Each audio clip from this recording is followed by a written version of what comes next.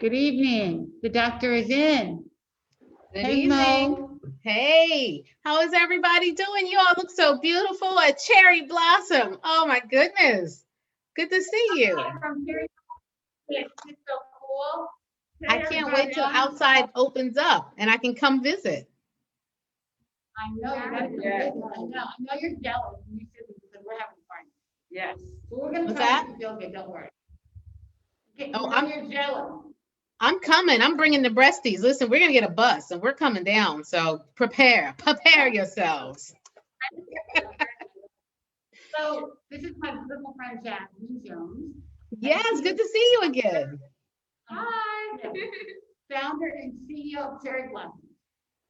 And Indeed. I am so amazed and just proud and thankful for the work that you are doing because you guys really filled a niche. You filled a huge gap for our breasties, for survivors, for caregivers, for so many individuals, not even just those who have a diagnosis of cancer, but what you are doing is just, it's amazing work and I'm so thankful for it. Oh, it's amazing.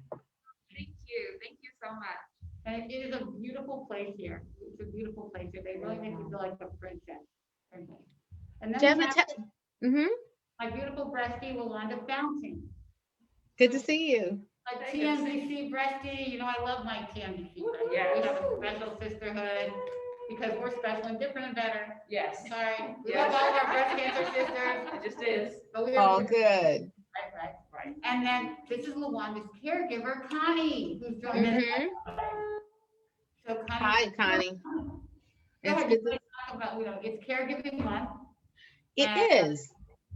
we got over October, Touchtober, and now we're into November, it's caregiving month. So we wanted to come to a beautiful place and talk about caregivers today and honor caregivers today.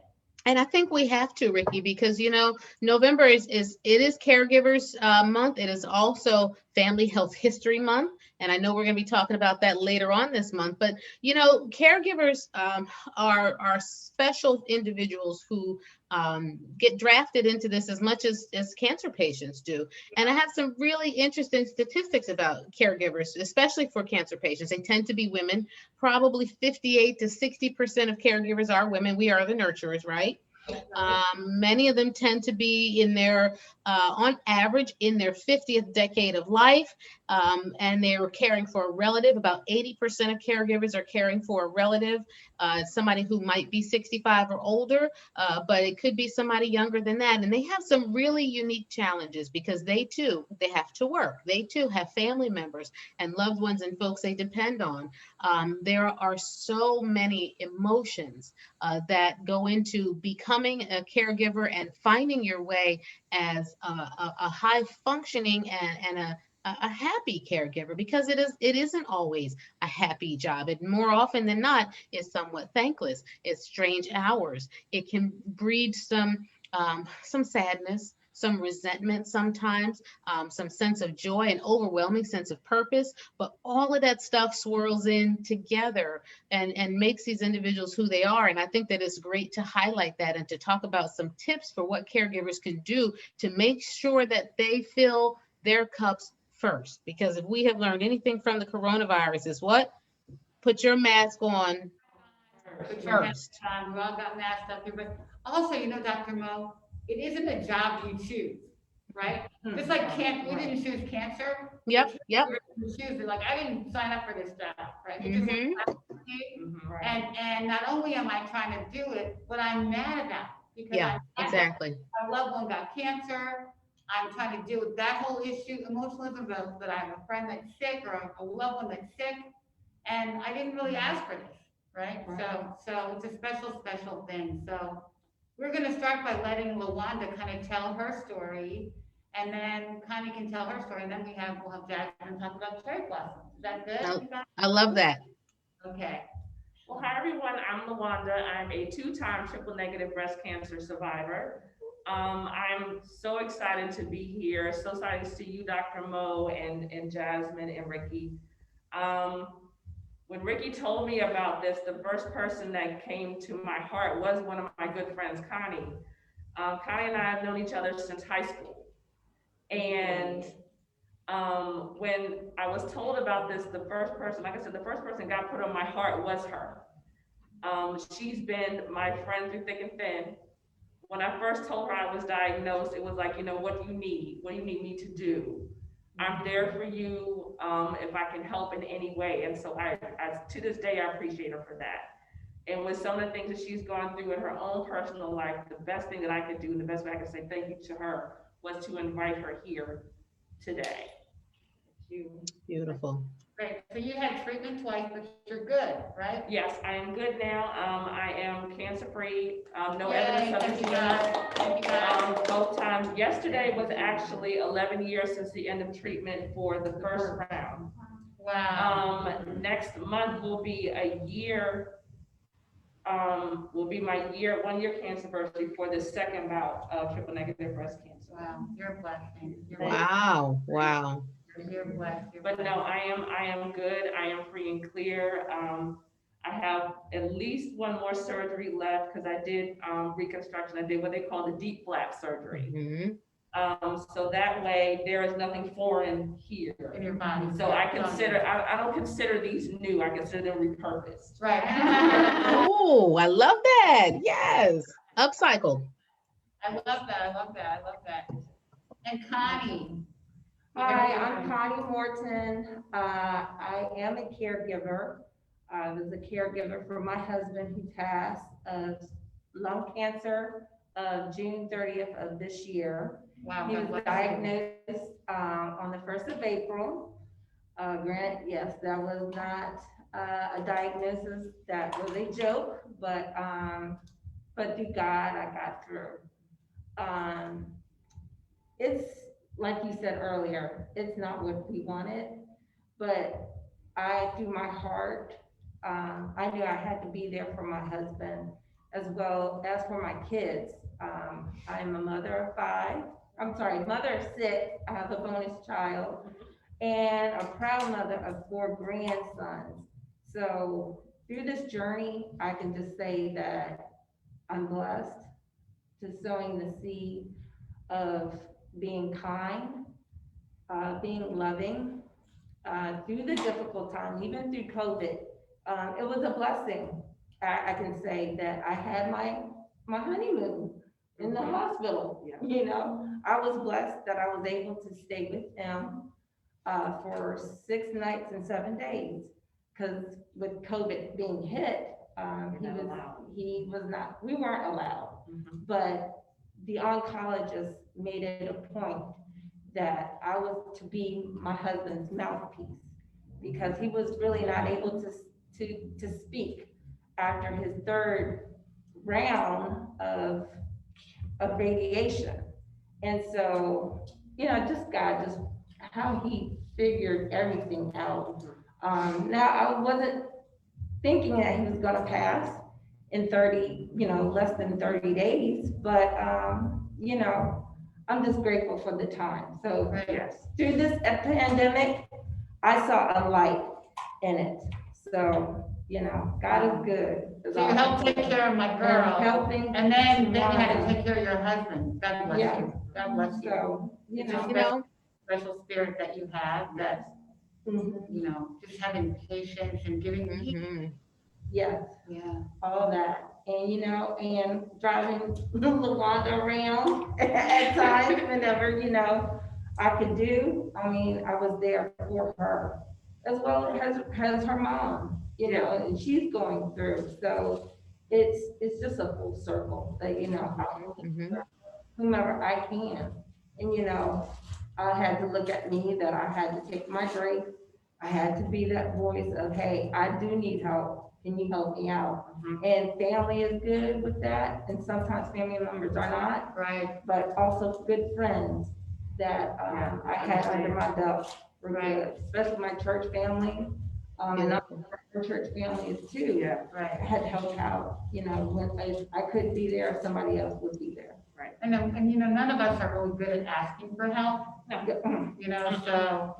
so you're a blessing, because I know that there were times when you knew what she needed without her having to ask. Yeah. Yeah. And that's a major blessing, right? Let me chime in there, and let me commend you, Connie, because you said something so important. And you know, one of my favorite quotes is by Wayne Dyer. He says, "When you change the way you look at things, the things you look at change." Right?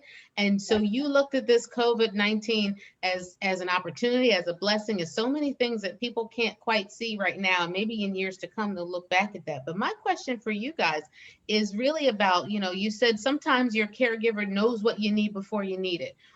What advice do you have, and all of you can chime in on, what if your family doesn't know what you need? You know, sometimes we have family members who mean well and they want to be caregivers, and we have to teach people sometimes how to treat us and how to nurture us. What advice do you have for somebody who might be watching who is not quite getting what they need from their loved ones? Don't be afraid to ask. Like if you're the potential caregiver or potential co-survivor, as I like to call them, don't be afraid to ask your loved one what they need. Ricky is right. It's hard for us to come out and say, look, I need you to do this for me. I need you to do that for me. I need you to come get me and take me here. Be that one to come and ask us. I remember, I think it might have been a few weeks after I first found out that I was diagnosed the first time, like 11 years ago. One of my coworkers came up to me and she was like, I know what's going on. She's like, but I don't know how to treat you. I don't know how to approach you. I'm like, look, the same person I was a couple weeks ago before I got this diagnosis is the same person I am now. The way we kiki and kaka and laugh when there's no one in the office but us, I'm still that person. So give me that back. Right. I don't need you to feel sorry for me. I feel bad enough myself because I've got this going on in here. Treat me the same way. So I think it helps if you ask me what I need. Right. If you ask me what I need, then it's easier for me to tell you, look, depending on who you are to me, I need this from you. I need you to be able to do this for me. Or like I told my coworker, treat me the same way you treated me a couple of weeks ago before all of this happened. It's funny you should say that because when people asked me what I wanted, I said I didn't know. Like I needed people to almost tell me what I wanted. And so my friends actually came around and said, eat the chicken. You know what I mean? Like, Yeah. you know, like so it's figuring out what works. Right. What works for you. Exactly. You know, like I didn't even want to think of that. I was a control freak, so I felt like I was bossing them around, so I didn't want to say anything, but they would just sort of figure it out, thank God. Right. And that's what you did too. You sort of anticipate and say, oh, this is what you need. Like, or maybe you don't, you're just like, think you need to eat the chicken. Right, exactly. And Ricky, that's exactly right though, because some patients, you know, their family members are bringing them comfort food, but what they need are maybe some smoothies and an exercise buddy. Maybe they're bringing them, you know, prayer manuals and Bibles, and that's great. But also maybe they need a therapist. And you know, how do you help your family members, I guess, to be included in this process when we keep it so secret sometimes? You know, we don't always communicate about our illnesses and about our weaknesses because we are the strong women. We're the GSD, right? The get stuff done crew. And so it can be challenging sometimes for sure. I had a person that was a horrible cook. Oh my gosh. She would cook this stuff and bring it to my house on Sundays. And my kids were like, Mom, we can't. I can't. And literally, so on Sundays, all the church people would come visit, you know, so we would literally send the food home to somebody. Oh, we got so much food, y'all should take this casserole, because we were like, we can't. Yeah, that's how you do it on the low. And you notice what we do, we cook, right? People will show up at your house with more food than you can eat. Right. I know. My grandmother did, we had enough fried chicken to open a restaurant. Yeah, there you go. Yeah. Right. So Jasmine, tell us about this glorious place that you've made here. Thank you. Hi, everyone. I'm so glad to be here with you. And these stories are so heartwarming and touching and so special. I've created Cherry Blossom Intimates so that women who've experienced breast cancer can shop alongside their best friends, their sisters, their caregivers, and not have to go to a completely different space to have a post-mastectomy bra fitting or to be fit for a post-mastectomy prosthetics. What makes us really special is that we offer custom breast prosthetics So using 3D printing technology, we can build a woman a breast that looks like the one she's lost to breast cancer, but they come in 36 different skin tones, so she can choose her color, just like she chooses her makeup foundation. She can add freckles, veins, she can choose her nipple if she wants to, but all of that is housed in a space where we have bras in over 200 sizes for women who have not experienced breast cancer, so that everyone can shop together.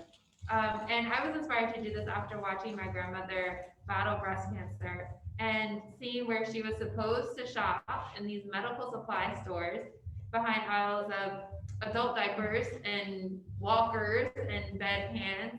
And I remember thinking that someone should create a better way of doing this, that these women are still so loved, they have so much life with them. Why are they being reminded of this experience every time they need a new bra? And we opened these doors 2 years ago. I know, this month. that 2 Yes, years ago. yes. This month, in Yeah. partnership with Dr. Regina Hampton, a breast surgeon at Doctors Community Hospital, who saw the same need for her patients. So we're just really grateful to be here. We cater to every woman, whether you've had breast or no breast, whether you've experienced breast cancer or not, if you wear a size 28 band or if you wear a size 56 band, we have something here for you. And we're just really grateful for the community for always supporting us, and allowing us also this platform this evening to share the work that we do.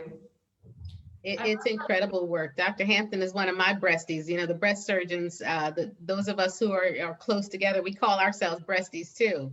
And she definitely is one of them, but this is it's amazing. I love her. But I think also, I love how you guys, when people walk in, they don't even ask you what size bra you wear. They just Wow. take you to the back. They say, well, you like take it and whatever, right? Because you could, it doesn't really matter. It's all about the fit and the comfort. And I've been actually out with Jasmine and Dr. Hampton at a restaurant. They'll watch women walking by saying, oh my gosh, she needs a new bra. Yeah. That's not right. That's not what it's right. So go give her a card. Yeah. Most women are in the wrong size bra.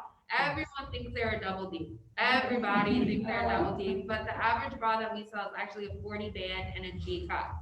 So we have to get out of this mindset that we're a D cup or that the alphabet ends with D, because it does not. And it's okay. And it doesn't matter what size you are. What matters is that it feels good, that you feel confident, that you can sit up straight, that you feel like yourself, that you feel whole. And sometimes even Mm-hmm.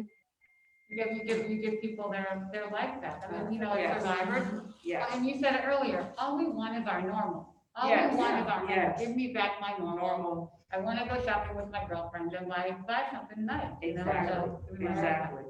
Yeah, Although so, I have to tell you, going bra shopping can be a very overwhelming experience, even if you didn't have a diagnosis or scars or anything else, right? You go into these places that shall remain nameless, where the sizes are really strange now and the cups are sort of dimmy and they're kind of, it's a very variable experience. And when a woman finds a good bra, she, it's like finding a husband in the Bible, right? She finds a good thing indeed.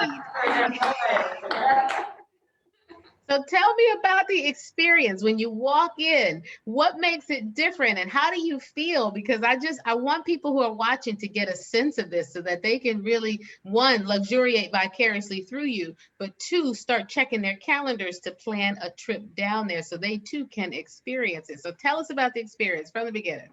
The first time I came, knowing what they did here, your mind is already set. It's like, oh, this is like a medical store. I know they said they have regular bras. Yeah, okay.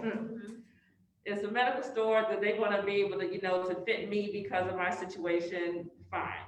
But when you walk in the door, you see the baddest lingerie you've seen in your life. right. In almost every size, pajamas, robes, negligees, everything. It totally leaves your mind what you came in the door with. If you've never been here before, they ask, would you like to take a tour? They give you this beautiful tour around the store from the front to the back, all the different things that they wear that they sell on the sides, the history of the store, the portraits that are hanging on the wall. I'm like a little bit of everything, down to the dressing rooms. The dressing rooms are nothing like I've ever seen before. It's like a little private space That's one of the, Can you see this? that's one of the frilly bras. Yeah, exactly, Dr. Mo, exactly. Exactly, that's fire. I'm snapping on mute over here because I don't want to take over the sound, but yes, Hunty, yes. Woo! That's straight fire, and that's some of the things that you see when you walk in that take your mind away from thinking this is a medical store. Right. This is a medical Right. shop where I'm just here to get a mastectomy bra, to get fitted for a mastectomy bra, but you end up leaving out with not just a mastectomy bra, but something frilly like that. Something like a negligee or a leotard that you can wear under something when you're going out with your boo. You would have never thought that before you walked in the door. So the first experience is awesome. The second experience is just as great, is just as grand. I think like the second or the third time I came was to actually be fitted for a mastectomy bra because I just had a double mastectomy. And it was still a great experience. Yeah. They Well, spend also- time with Yeah. you. Also, you feel love. You feel That's it right there. You feel pure, love. unadulterated, breasty love. You're embraced. You feel Beautiful. like a princess, and you Yeah. feel like anything that's going bad for you that day, whether it's the cancer or whatever, you feel like I'm feeling love. I feel love. I feel love. Now let's talk about our sisters who have some trouble finding bras in their size, the cup sizes, etc. And they are the ones maybe who are not wearing bras, they're hiding bras, they kind of have difficulty finding things that are sexy and make them feel good. What sizes do we go up to as far as the cup size, and are there custom fittings as well? So that's true. We start at 28 band and go up to 56 band, and we start at A cup and go up to O cup, depending on the day, because that sells fast actually. So from A to O cup, and then for intimates we carry extra small through 6X. And we have cute things in 6X, and we have cute things in extra small. But we're just really welcoming, inclusive. We help the community members that are from the trans population. We've helped women in wheelchairs. We help women who are nursing. We help women who are pregnant. We don't discriminate. Everyone is welcome here, and everyone gets that same fabulous experience every single time. That is our number one goal. And you can get on the website too, if you don't have an area, right? And you can shop online at cherryblossomintimates.com. So we have a little surprise for our caregiver today. You know, it's all about celebrating caregivers, so Jasmine. Yes, so you can now join me in the fitting room for a bra fitting.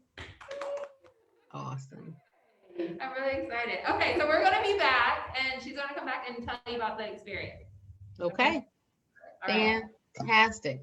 And Lawanda and I are gonna get all the secrets. All right, moving in a little bit closer. Let's talk about some of the things that we need caregivers to do during the different phases, right? Because you need different care at different phases. So the surgical side of things, you know, after surgery, what are some of the things that, that caregivers can help with, and that people who might be watching, watching their loved ones go through this, things they can say, do, ask, maybe not do or ask. Help check bandages. If there are bandages, if you come home with bandages. The tubes. The drains. Oh, The drains, yep.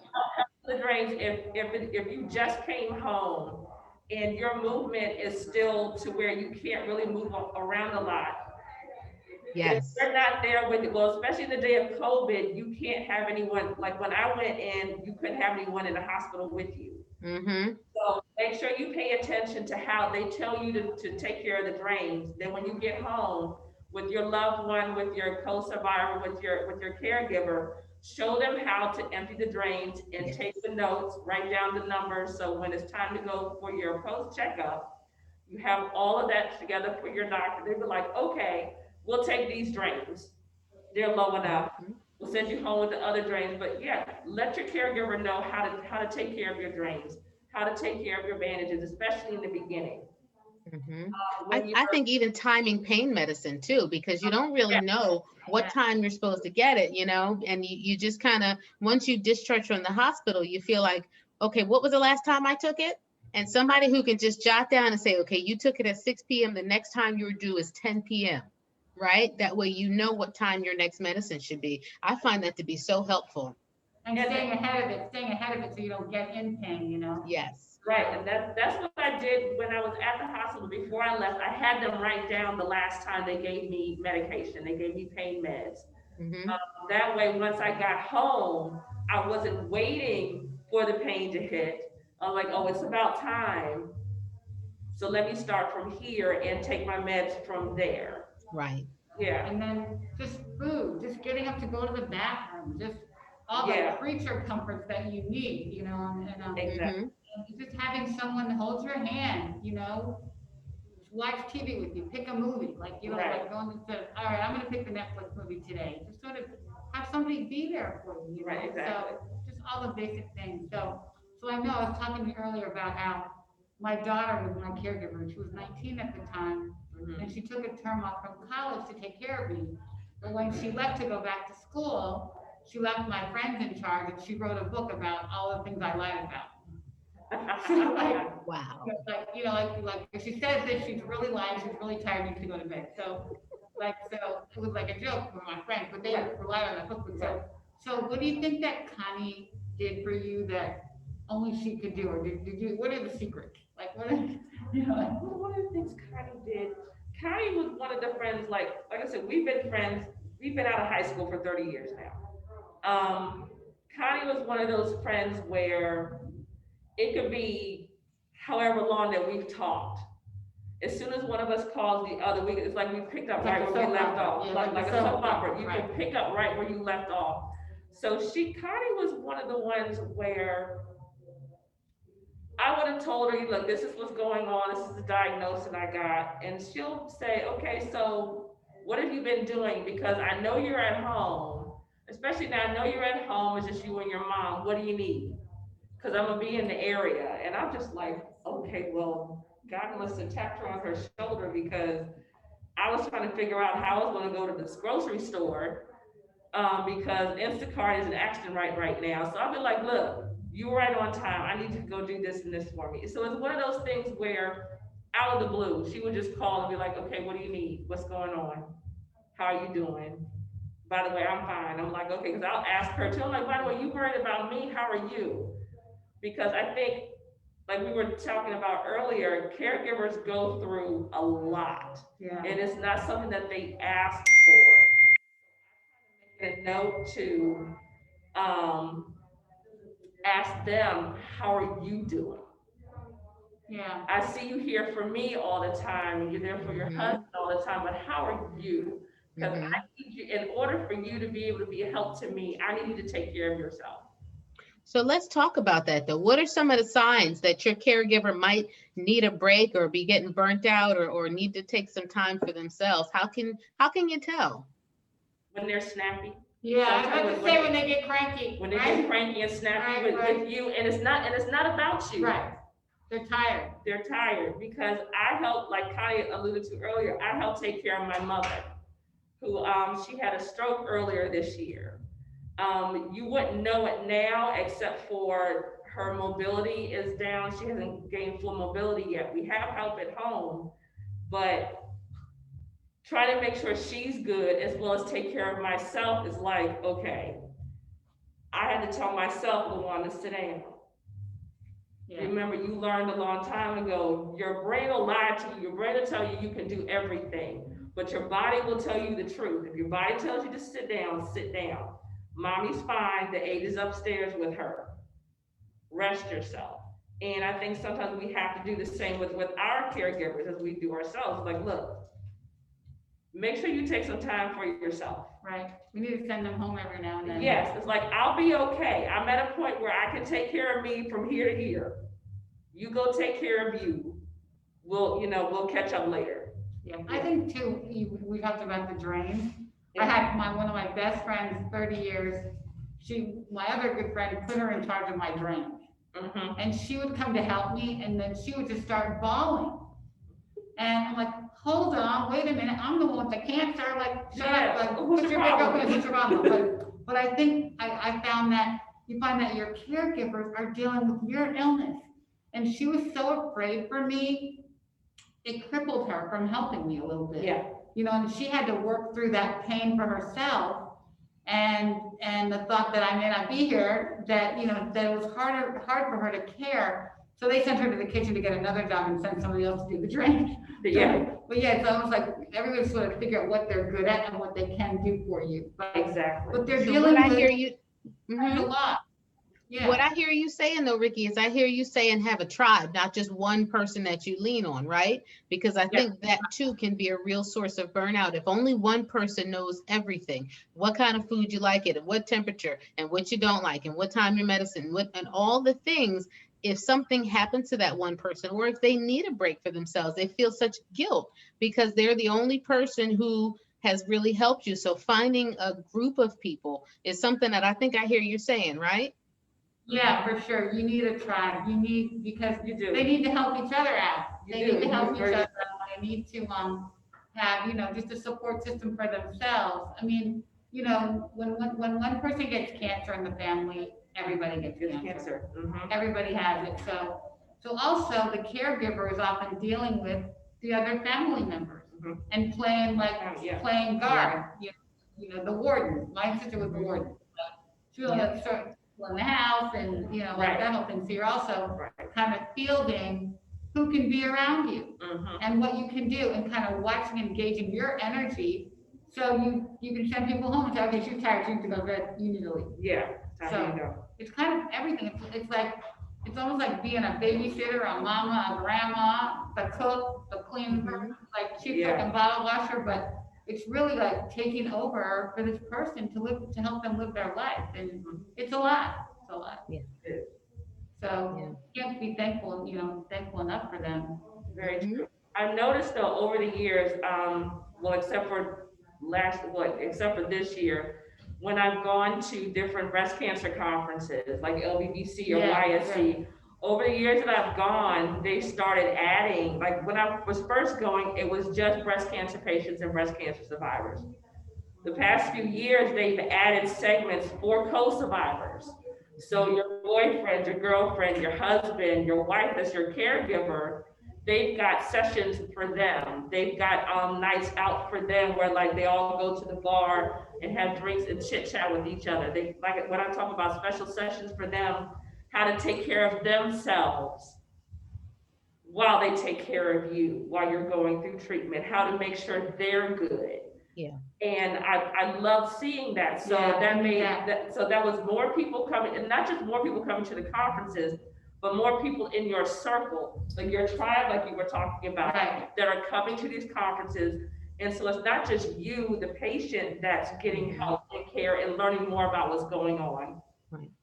It's your caregiver, your co-survivor that's also getting care and finding out what's going on, how they can take care of themselves while they take care of you. And I think that's been a great thing that's been happening these Yeah, past that's few really years. good. That's really Yeah. good. And it's also stuff like understanding the science. Going to the doctor with you, which we can't do that now because of COVID, but you need someone who can write everything down when you're in the doctor's office. Yes. And tell You still can, for some places you can bring one person, but you can in many places Zoom and FaceTime and all those other things. And having somebody on the other end of that who can answer questions and who is, alert and able to jot down notes is still such a big help. So I would encourage people who are watching, if your loved ones are going through this and you feel like you can't be a caregiver because of COVID, there are so many virtual things that you can still do, that you can, even be at your job and maybe take 15 minutes and be in that exam room with your loved one and not have to take a whole day off from work. So there's some advantages to the virtual world that is happening right now. It's given us a lot of access if we utilize it and ask for it too, Ricky, That's a really good point, Dr. Mo, Yeah. because, I think that even just the virtual platforms have given us so much access to, even have these conversations. So It's Yeah. true. that's a good thing, but we need, as a patient, you really need all that support. You need for everybody to hear the doctor, you need everybody to, be a part of the conversation, because you're gonna need help when you make decisions about your care too. Yeah. All right, let's get personal, ladies. Right. Let me ask you, since we're in an intimate store here, okay? Tell me about the emotions that went through your mind and your heart the first time you looked at yourself in the mirror.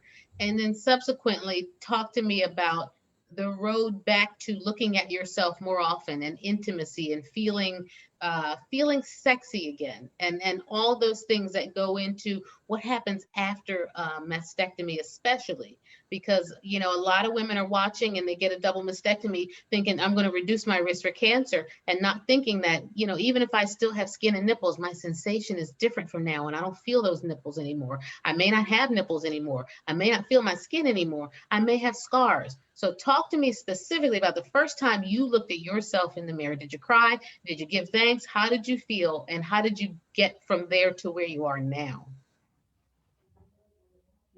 I'm trying not to cry now. After the double mastectomy, which was last year, it wasn't just, it took a while before I could look at myself, before I could let anyone else see me. I needed to be able to stand in the mirror and look at myself and be okay with it, because my decision to do a double mastectomy was to help save my life. Last year was my second bout after 10 years of being cancer free. So it took a minute. It was a lot. And for anyone to say that, oh, I'll be okay, please don't lie to yourself. Because it's a mental thing, it's an emotional thing, it's not just a physical thing. I had to learn to be, not just be okay with me and how I look, but I had to learn to love me again and how I looked. I had to get used to me now as opposed to what I looked like before. Before, I had everything. The only scar I had was my port scar. Now I have no nipples. I've got these scars that go across my breast. I have expanders that in the beginning hurt like hell because they weren't totally full. And it's just like, what do you do with that? God and I had a plethora of conversations to where it was just like, okay, look, whatever this is, I'm going through it for a reason. You told me the first time, I made a deal with you the first time. Whatever you asked me to do, count it done. I just need you to take this from me. I held on to that promise to that day, even into this day now. Whatever you asked me to do, count it done. So understanding that I am his and that I'm still here kind of made it easier for me to look at myself. I have someone in my life. We don't talk every day, but we talk often enough, and he makes sure that I'm in a good headspace and that I understand that the outward thing isn't important. It's what's on the inside. Hearing that from him helped me that much more be okay with everything. So when I had this last surgery, it changed everything again, but I'm okay with it because I'm cancer free. I'm okay with it because even though I can't feel, I know I'm here. I feel everything else physically and emotionally. So my breast being numb to touch, I'm fine with it. I understand it. I'm like, I'm here. That's the whole point. I don't know what God has in store for me to do, but I'm here for whenever he taps me on my shoulder, I'm like, okay, this is where I need you to be. So it's a lot, but It's a journey. At the end, it's a good a lot. I think once you realize who you are and whose you are, everything else is secondary. It doesn't matter. Doesn't matter. I think he tapped you to be right here, right now, talking to a lot of people who are going through what you have gone through. They're about to go through and they don't know what that means, and they don't know how to have those conversations with their loved ones. And I find so many couples that they didn't talk about intimacy that much before. And so now when it's awkward, and now there's scars, and now there's pain, and now there's, implants, now there's something different, there's drains. How do you talk about it after if you never talked about it before and it was uncomfortable? And so Ricky, tell me a little bit about your experience. So, my little fake boobs are bigger than the ones that tried to kill me. So I didn't really have big breasts. And so they're a little bigger, but so, I wasn't really attached to them, but it took me a good month before I looked at myself. Mm-hmm. You're wrapped up in the bandages, you have all these reasons not to look. And then I remember when they took the bandages off in the doctor's office, she took out a mirror, like, I don't want to see that. Yeah. I really don't want to see that. Like, is it okay? Fine. Can I go? Is the cancer gone? Great. I was so concerned about the cancer that I didn't even want to engage in that conversation for a while. You know what I mean? So Mm-hmm. it took me a good month. And I remember I waited till nobody was around. Mhm. I was all alone. I went in my bathroom and I took my clothes off and I cried. Mhm. And I'm not a crier. There's no crying in baseball, I'm not a crier. But I cried. I really cried. I said, okay. Well, then I said, okay, put your big girl panties on. You don't have cancer. You're good. Go figure this out. You have more life to live. You're okay. Mhm. And I never look back. And I really don't even think about it anymore. Yeah. And frankly, we don't have to get mammograms anymore. Don't. Right? Thank God. And I never really wore bras until I came to Cherry Blossom and I bought all these bras. Get cute stuff now, like that. Get really cute stuff. But I had to go through that. Okay. To me, it was more about the freedom of being well, of being healthy. When I sort of got there, I was like, who really cares? Who really cares? But I do think it's harder for younger women. Yes. Especially younger women who are in their baby making years. You know what I mean? I see these younger women. I see my little friend Nicole, who's a 24. But you can't, then it's a different loss because you're not having the purpose of your breath to make milk, right? Or that stops. So that makes it a harder thing. I think that It does. we're at a different kind of life phase where we didn't really need them for a function, Right. right? So, but it's a hard thing. It's your body part and for a lot of us, it defines our femininity and our sensuality for many women, not for every woman, but for some women it does. And so it's a psychological journey for sure, Yeah, you have to get over the trying to hide it. Yeah. Mm-hmm. Over that. All right, next question. I hear a lot of laughing going on back there. What is happening back there? I need the play-by-play from you guys because you've gone through a fitting. Tell us what's going on back there. Is she trying on stuff? Is there a fashion show? Are there snacks? What's happening? Because it sounds like she's having a great time. Sometimes there are snacks. Pre-COVID, there were snacks and juice and drinks, but post-COVID, during COVID, no. But what goes on? You have little conversations like, yeah, I know what size I wear, and they tell you, you don't know anything. Mm-hmm. They bring out the measuring tape. They measure you under here. They measure you across your breast. Like, okay, this says that you're such and so and so, and you're probably like, really? That's my size? Okay. And then you can walk through the store, or they'll pick a couple in your size, in your newfound size, and bring them to you. You try them on, you see how they fit, and you're like, oh, this actually feels good. Oh, this kind of looks good.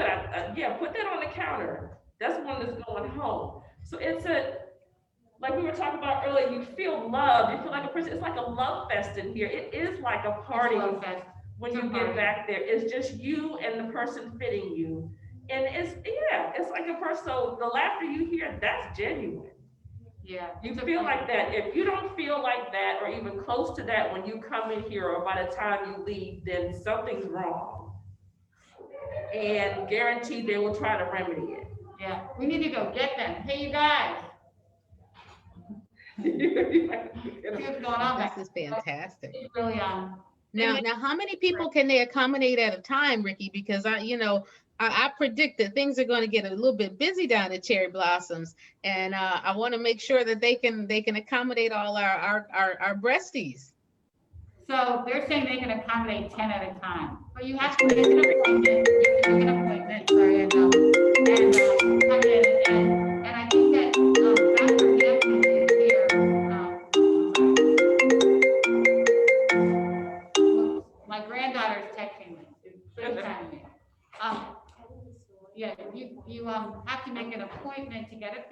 And, they take a lot of time with you.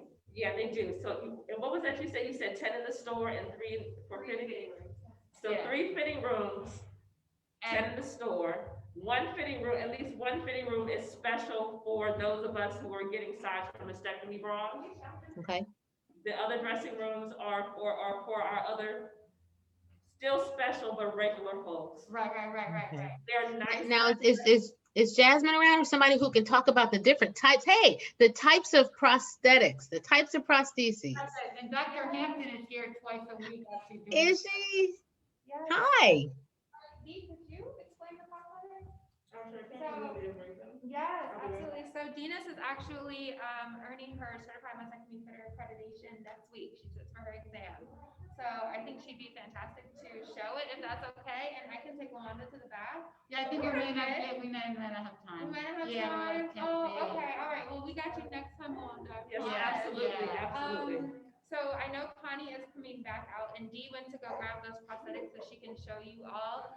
But what we wanted to do, and I was back there making her laugh and making her We cry. heard you. Good. It sounds like a party back there. What goes on? Good. Well, you know, it would be our absolute honor and delight to gift her with the favorite bra that she picked and tried on. And it looks so good on her, and she was getting emotional.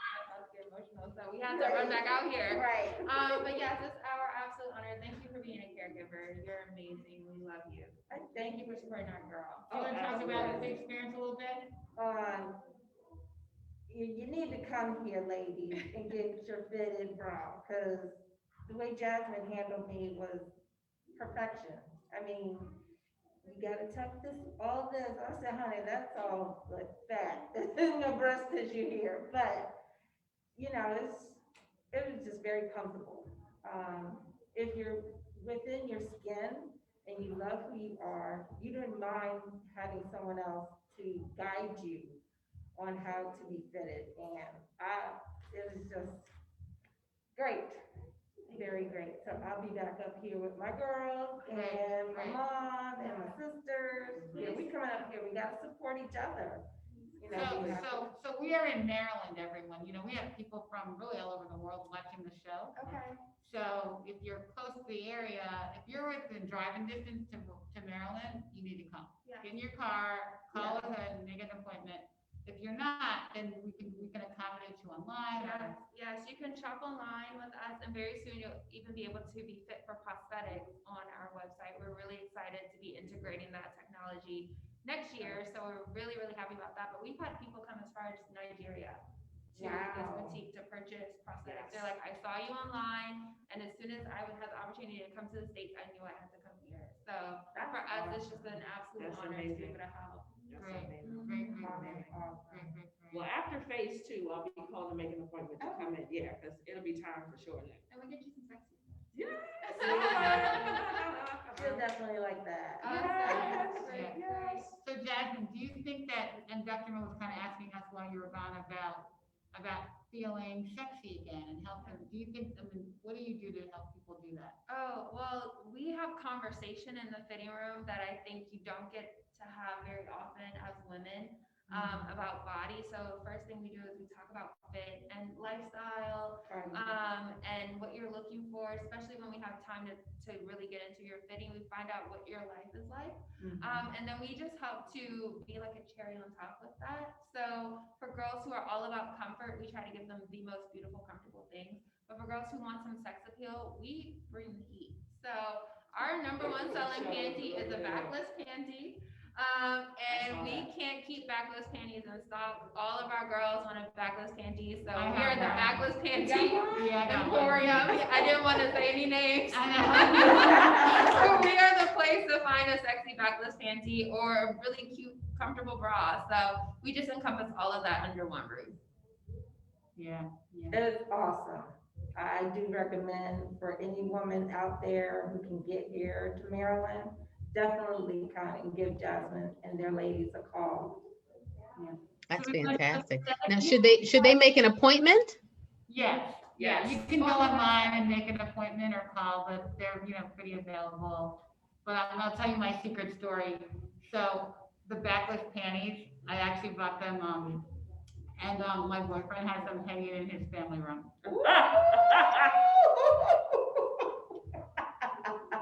I know, Right. Oh, boy. I know, Yeah. it's really bad. Okay. Then when I saw them, I was like, well, why are they hanging in the family room? I was with his dad, Oh, Oh. Lord so Jesus. Okay. There's That's my grown secret. and then there's grown. that's my secret. I told it, that's my secret. Okay, so we offer actually, Dee went to the back with your producer and they're in a fitting. Okay. So we actually offer two different types of prosthetics here. One is a traditional prosthetic. We order them in brown because many of our ladies are not beige.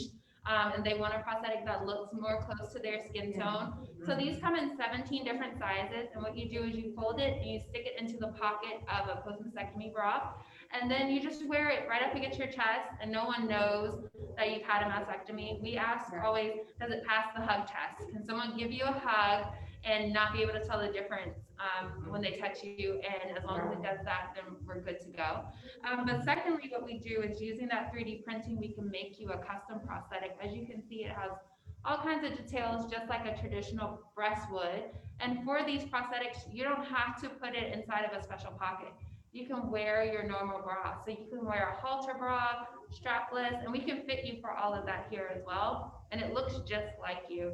And the best part is that we handle insurance billing for you. So we take that pain point away. I don't know the last time you guys have filled out an insurance reimbursement form, but it's normally a crummy experience and they normally deny you the first time. We actually have a full-time team of billers who handle that on the back end for us. So That's they'll incredible. pay and your insurance will pay. If you have a copay though, that is your responsibility, but most customers and patients, they know that in advance.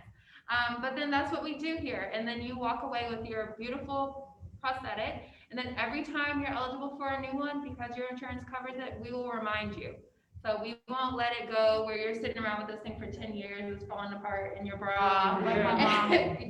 My grandmother who then Right, did shoulder pads, right. you know, to make up for it. We'll remind you every time you're eligible so that you're maximizing those health insurance benefits. I love that. My grandmother was a Depression era woman, and she would hide money in her prosthetic bra. She had bilateral breast cancer, and we'd hug her and you'd crunch it, be crunchy bra, because she got tired of the beige ones. She got tired of the ones with the cotton, and the cotton would come out, and you know they didn't feel real. One was crooked and one was up here and one was there. And it's a new day, ladies. You know, it is a new day for us. And I love the very creamy brown complexion. I mean, look at that. It's a perfect match for almost each and every one of you, your brown skin. But for people who are watching, if you didn't catch what she said, your insurance covers this every single year. Your Right. insurance will pay for you to get a new one so that you don't have to continue to recycle. Maybe things have shifted for you. Maybe you've lost weight. Maybe you've gained weight. Maybe you just wanted a new one and you're entitled to that. And if you help with the billing, oh, that is huge. That is so, so important for patients because they just, it's another thing that you shouldn't have to deal with during your survivorship, you know? Right. That's So it's a beautiful. magical place here. It's a magical place and I'm so happy that we came here today and I'm so Yes, happy that thank we you. give you some love and Mhm. everybody needs to give their caregivers some love, you know.